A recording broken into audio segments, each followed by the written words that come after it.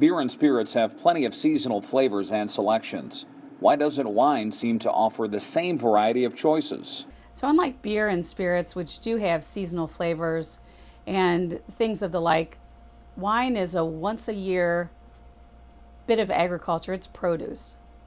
So you make wine once a year, and generally it takes a while to make it.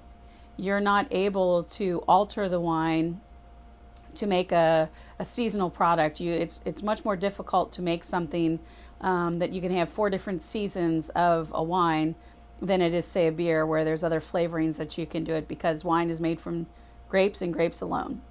You might use a little wood, you might use a little, different things to age it. However, wine is just once a year. So there's also determinations by the drinker what is seasonal, more so than the wine itself. So it's always a glorious thing, the new release of a wine, whether it's a rosé that's coming out in the spring, or whether it's a rich red, Cabernet coming out in the fall. So to me, the seasonality of wine comes from the consumer. People want to drink more white wine generally in the spring and summer because it's warmer and it's refreshing. And then when you get to the fall, when it starts to be, as I call it, turtleneck season and sweater season, you want something that's also a little warmer and going to warm you up inside as well, like a nice red wine. There's nothing better than sitting in front of a fire with a nice warm red wine that's warming you up as well as the fire.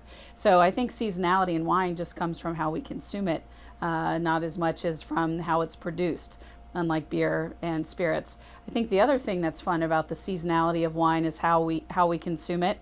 I like to think of a Sauvignon Blanc that most people might enjoy in the spring and summer.